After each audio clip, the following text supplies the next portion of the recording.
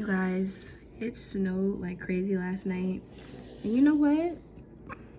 Nothing goes better with snow than a nice hearty meal. Let's find something.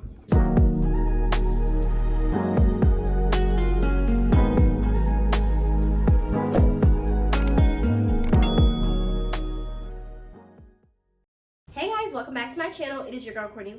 For those of you who are visiting for the first time, welcome. So happy that you stopped by. Go ahead and click that subscribe button and click that bell so you can get the notifications when I make a post. And for those returning again, so nice to see you again. As you guys probably already saw, it is a snow day today, so I wanted to make something that was going to be warm and cozy and comforting, and obviously something that I already had here in the house because I can't leave and go anywhere. So I decided I'm going to make some carne guisada, which is Puerto Rican beef stew. I do have a beef stew recipe on my channel already, but this one is completely different. Like I said, this one is Puerto Rican style, so it's different spices, different ingredients, tastes totally different than regular beef stew, and it's delicious. So if you guys want to learn how to make this recipe, go ahead and keep watching, and let's get started. Alrighty guys, let's get started. So today for my ingredients, I'm going to be using 3.5 pounds of stew beef. I just went ahead and cut off any of the extra fat that I don't like, and I cleaned it up real good. So this is the meat we're going to be using today. Alongside that, in my other bowl, I have 6 Yukon Gold potatoes that I peeled and cut, along with 6 carrots that I peeled and cut those up as well. Those are the veggies we're going to be using today in our beef stew. And normally I use whole garlic cloves. I don't have any currently, so today I'm just going to be using chopped garlic, which is just as good too. I'm going to be using some Goya tomato sauce. This is an 8-ounce can. I'm going to be using the full can of that. Some all-purpose flour. I'm also going to be using some cilantro. I just went ahead and cut that up and washed it alongside some sofrito. I make my sofrito myself. I am going to be doing a video to show you guys how exactly I make that. I'm going to be using 4 tablespoons of my sofrito.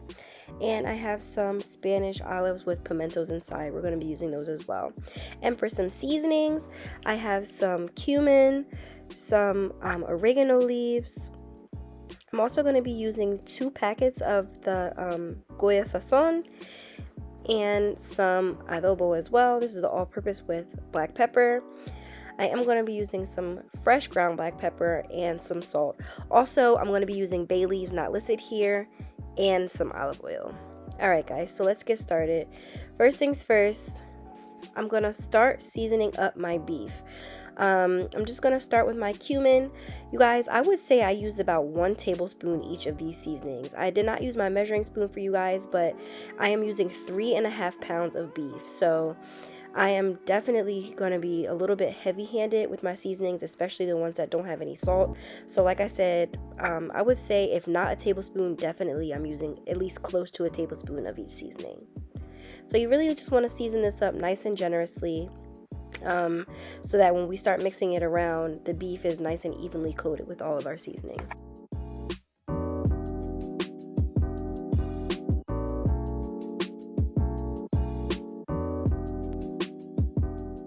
Alright, so we got all of our seasonings up in that bowl. Next I'm going to grab a spoon, and I am just going to mix this thoroughly to make sure that all of my beef gets nice and coated up with those spices that we put in there before we move on to our next step.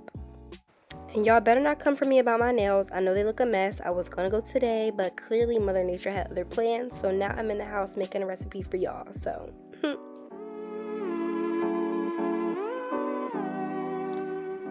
and there we have it. Our beef is nice and coated with our spices. And next we're going to grab that all-purpose flour. This is just 2 spoonfuls of flour. I literally just grabbed a spoon and did 2 spoonfuls into my ramekin. So I'm just going to grab that and sprinkle it all over my beef. As you've probably seen from previous videos, you know that the flour helps to lock in the seasonings, and it also helps to thicken up your stew. So go ahead and give that a toss. Try and get the beef as evenly coated with that as you possibly can, and then our beef will pretty much be ready to go once we start cooking.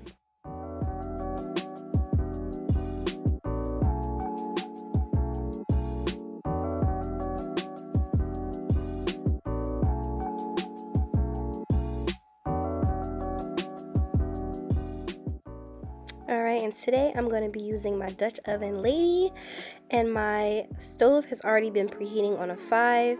So next I'm just going to grab my olive oil. I'm going to pour about 2 tablespoons of olive oil at the bottom of my pot. You guys can use any pot that you have. Any pot is fine. You don't have to have a Dutch oven for this.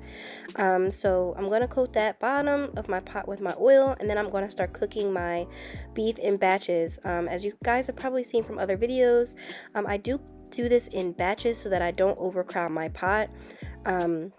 And it just helps the beef to cook more evenly. So first I'll just put a couple of spoonfuls at the bottom, get all this beef browned up on all the sides. After it's done, I'll grab a bowl on the side, I'll scoop out this beef, put it in my bowl, and then I will start my next batch. You're going to want to do this until all of the beef is done, because like I said, it's just much easier to do it in batches instead of dumping all the beef into the pot, because it's going to cook so slow that way. And this does require a little bit of patience, but trust me, it's so worth it. Alrighty, so my first batch of beef is all browned up, so I'm going to go ahead and grab my spoon, take this all out of my pot, place it into a bowl, and then I'm going to get started on my next batch. And like I said, I'm just going to do this in steps until all of it is done, and then we can move on.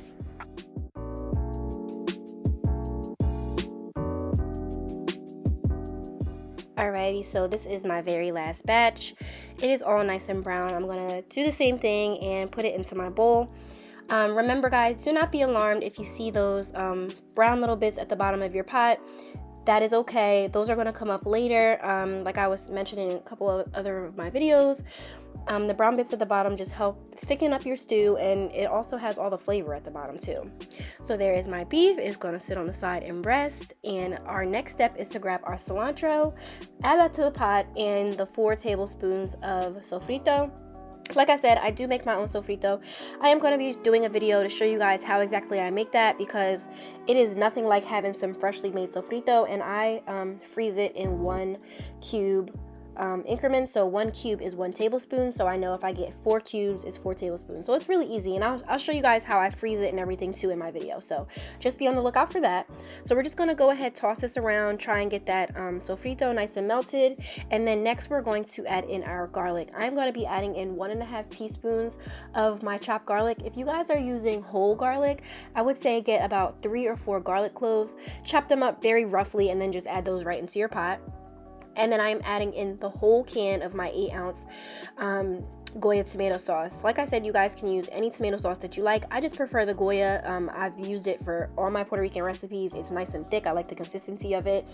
So this is the one I do recommend. But like I said, it's tomato sauce, so you guys can use whatever one makes you happy. And we are going to mix this all around so that all of our ingredients can start marrying together in the pot. And as you guys can see, those bits at the bottom are already starting to come up. You can see straight to the bottom of the pot in some areas. So that's exactly what we want. And I like to kind of scratch and scrape at it too as I'm mixing, just to see if I can help it along the way. So next we're going to grab those olives. We're going to dump that in.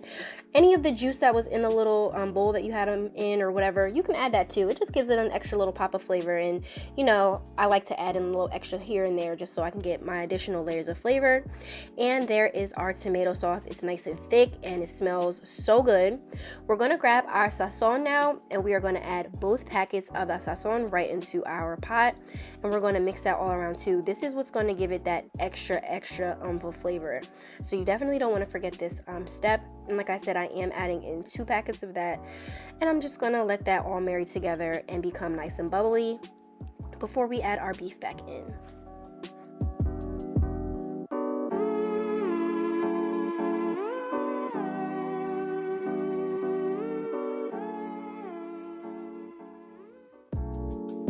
Alright guys, as you can see, it's nice and bubbly, and that is what we were looking for. So now is the time where we are going to grab our beef and we are going to put that right back in our sauce that we made.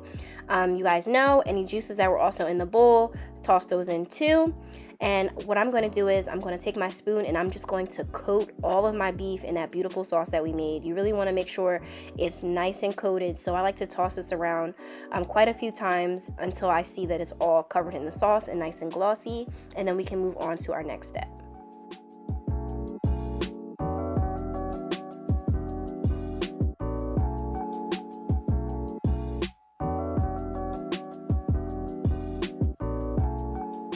Look at that. It already looks so good. It's not even done yet. All right, so the next step is to add our water in. I like to just add just enough water so that the beef is covered. So in this case, I actually used 4 cups, and I was like, all right, this is good. My beef is pretty much covered, and this is the perfect amount of water. So our next step after that is to add in bay leaves. I'm going to add 2 bay leaves into my pot, and you guys really want to make sure that you season this very well with salt as well. As you noticed, we didn't add any salt, so we are adding just water in, not any beef stock or anything, so salt is really going to be important here to make sure that that sauce stays nice and flavorful. So I'm just going to add a nice generous amount of salt, mix that all around. And then after that, we are going to start adding in our carrots. Just like in my regular beef stew recipe, I add in the carrots first because the carrots take longer than our potatoes to cook. So I'm going to add those in first, and I'm going to let this cook with just the carrots in for about 30 minutes. And then at that 30-minute mark, I'll add in the potatoes, and then we can cook the beef stew for the rest of our time.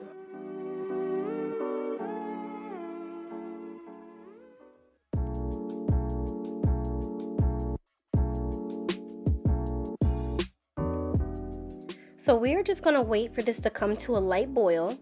And then once we see that it's nice and bubbly, just a tiny bit, we're going to cover it.